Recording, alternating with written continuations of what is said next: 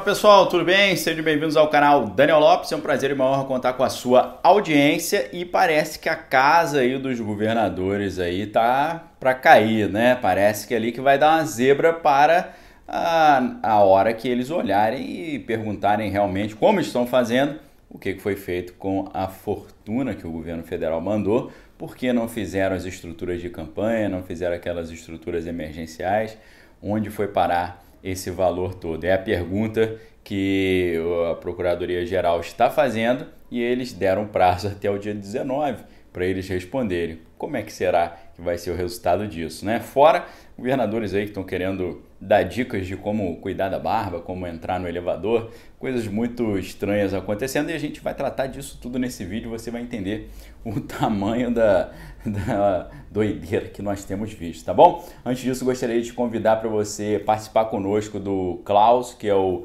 grupo de estudos Cristianismo, Linguagem e Autonomia Social. Você vai ter oportunidade ali de ter encontros semanais. O primeiro encontro é hoje, às 20 horas, e eu quero dizer para vocês que a gente vai estudar profundamente o cristianismo, teologia, filosofia, arte e cultura. Vai ser muito legal, é como se fosse um grupo de estudo acadêmico mesmo. A gente vai produzir artigos científicos, livros, e todos aqueles que estiverem participando nessa primeira leva da turma serão ali considerados os pais fundadores, né? A gente bateu rapidamente a meta dos 50 primeiros e aí agora eu estou estendendo para os 100 primeiros. Se você estiver entre os 100 primeiros que participarem conosco, confiando no nosso trabalho, você vai ser sempre referenciado como os pais fundadores nas obras que a gente vai publicar. Então aproveite essa oportunidade, primeiro link aqui embaixo na descrição do vídeo.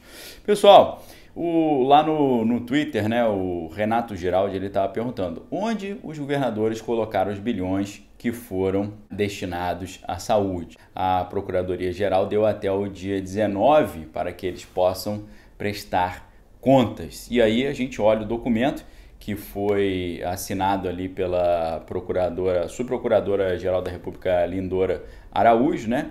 E ela faz uma série de perguntas ali, né? Quantos e quais foram as estruturas de campanha que foram construídas nos estados? A pergunta é feita a uma série de governadores. Quais estruturas de campanha foram construídas e não entraram em funcionamento? E dentro das que não entraram em funcionamento, informar a data de inauguração das atividades. Dentre as que entraram em funcionamento, listar ali as estruturas de campanha que estão em funcionamento na presente data e em relação às estruturas desativadas, informar a data de desativação e o motivo do fechamento. E também a quarta e última pergunta, qual a destinação dada aos insumos e equipamentos que compunham, né, essa estrutura emergencial lá de campanha, e solicita que essa informação seja entregue até o próximo dia 19. É a hora aí que chega a fatura do cartão, né? Sabe quando você vai gastando no cartão de crédito, você fala, depois eu vejo como é que fica isso aí? Parece que está chegando a fatura deles. E convenhamos, né, pessoal?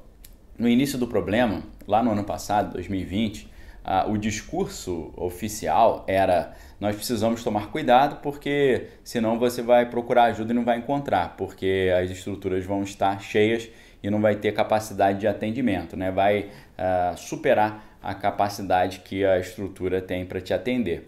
Isso um ano atrás. Um ano depois, já tendo esse tempo todo para se preparar, sem falar o tempo natural que houve para se preparar, porque o problema começou lá no Oriente e até chegar aqui nas Américas demorou um tempinho. Deu para a gente ver o que estava acontecendo na Europa, o que estava acontecendo lá mais naquela região asiática. Até chegar aqui demorou um tempo. Deu para se organizar em termos dessa oferta de serviços de apoio de saúde. Mas um ano depois a gente continua com essa mesma história. A estrutura está ficando sobrecarregada, está ficando tudo lotado. Você fala, mas por quê? Claro que eles usam o argumento de não adianta abrir mais vagas porque não vai ter profissional para atender. Não tem tanto profissional da área de saúde para atender tanta gente.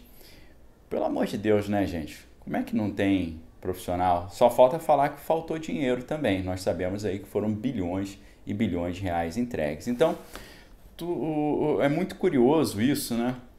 Você vê assim o governador dos estados, os governadores falando, essa semana tivemos aí a semana mais difícil e tal. Aí ele fala como se não fosse responsabilidade dele, né? Ele fala como aquela criança que diz assim, ô mãe, derramei o leite aqui em cima do sofá. Aí você fala assim, poxa, mas por que você fez isso? Não, é culpa sua, ninguém mandou você me dar o leite aqui no sofá, você tinha que ter me dado na cozinha. Aí você fala assim, caraca, tá nesse nível de infantilidade. Eles podem, né, falar com o nível de infantilidade que eles quiserem. Agora, exigir que as pessoas aceitem esses argumentos é um negócio complexo, né? E agora que estão tentando se organizar nesse tabuleiro aí do pleito do ano que vem, eles acham que vão conseguir rivalizar, né? Esse pessoal que tenta se colocar mais como centro, eles acham que vão conseguir rivalizar falando eu lutei contra a crise sanitária e o governo federal não lutou. Eu sou a opção, a gestão da crise sanitária. Você fala, você não conseguiu administrar, o seu estado vai querer administrar a nação inteira? Então é um negócio realmente risível, né?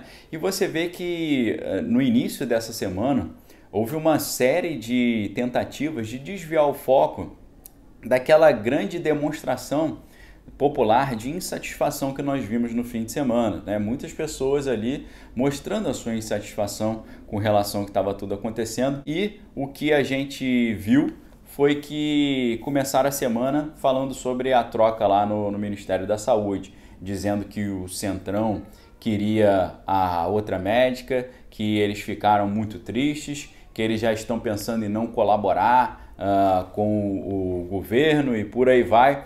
E aí a gente viu um comentário, né, do Pedro Albuquerque lá no Twitter, há uma matéria falando, né, o Centrão já fala em dificultar a pauta do governo na Câmara depois desse revés, né, na escolha do novo ministro da Saúde.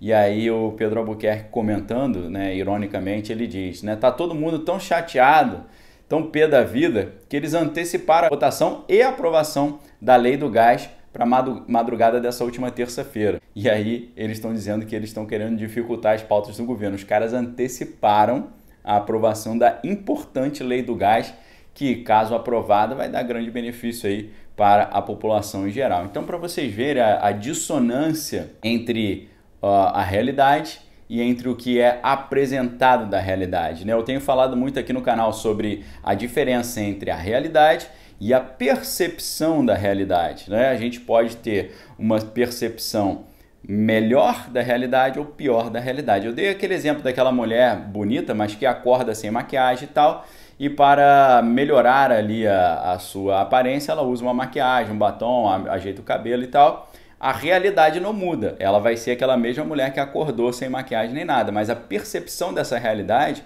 muda, porque ela vai aparentar muito bonita, mas se você tirar a maquiagem, vai dar um efeito completamente diferente. Então, acaba sendo isso que acontece dentro do ambiente midiático, né? Segundo um filósofo francês de linha mais à esquerda, mais interessante, né? Ele escreveu um livro chamado A Sociedade do Espetáculo, né? O Guy Debord. E ele falava, naquela ocasião, uma crítica ao capitalismo, ele falava que a sociedade de consumo ela cria um espetáculo da realidade, né? Ela espetaculariza a realidade de forma que cria uma realidade paralela artificial. Na verdade, o que nós vemos é que hoje os construtores dessa sociedade do espetáculo e dessa realidade paralela e artificial são exatamente aqueles, não os que são pró, né, ao capitalismo, são exatamente os contrários, né, que estão ali na sua sede de fazer o que o socialismo realmente faz e quer e objetiva na prática, que é ao contrário do que a maioria pensa, achando que é distribuição de renda e de poder. Na verdade, o que realmente implementa-se na prática é concentração de renda e concentração de poder. É tudo que a gente está vendo hoje, né?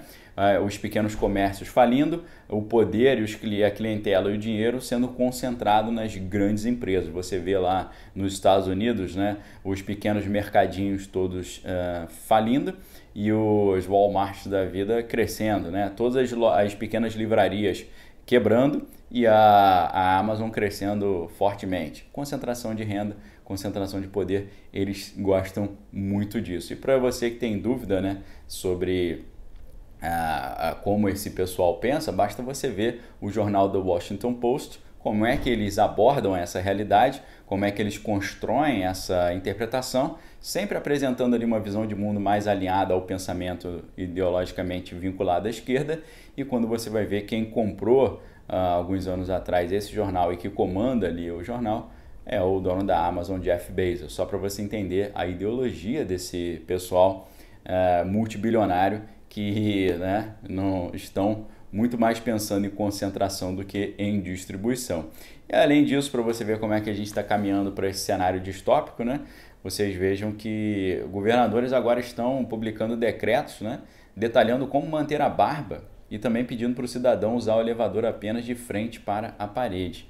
Vejam o nível de controle, de concentração de poder que nós estamos chegando, né? O poder chegando ao nível mais íntimo do ser humano. Como você deve ajustar a sua barba e como você deve se posicionar dentro de um elevador. É para esse lugar que a gente está caminhando e poucos são aqueles que querem garantir a autonomia popular, garantir que o povo tenha recursos de ter os seus próprios meios de subsistência e os seus meios de dignidade de ação. Você sabe quem que tá, os poucos que estão nessa luta aí para tentar impedir a consolidação desse projeto que a gente conhece no final das contas como o Grande Reset ou o Novo Acordo Verde. Vamos ficar de olho com relação a isso tudo e não vamos deixar a sociedade do espetáculo ofuscar a realidade propriamente dita, porque, graças a Deus, nem todo mundo está iludido e hipnotizado pelo espetáculo midiático. Tá certo, pessoal? Forte abraço para vocês. Dá uma olhadinha aqui embaixo para você estudar conosco no Klaus, no grupo de estudo. Vai ser maravilhoso. Hoje às 20 horas é a primeira apresentação. Vou apresentar um livro muito interessante. Eu tenho certeza que vocês vão gostar demais. É um livro por semana, um artigo acadêmico por semana que a gente vai comentar. Vai ser bem legal. Um abraço para vocês. Fique com Deus. A gente volta ao meio-dia, depois às 17 horas. Examine todas as coisas que tem que é bom. Valeu!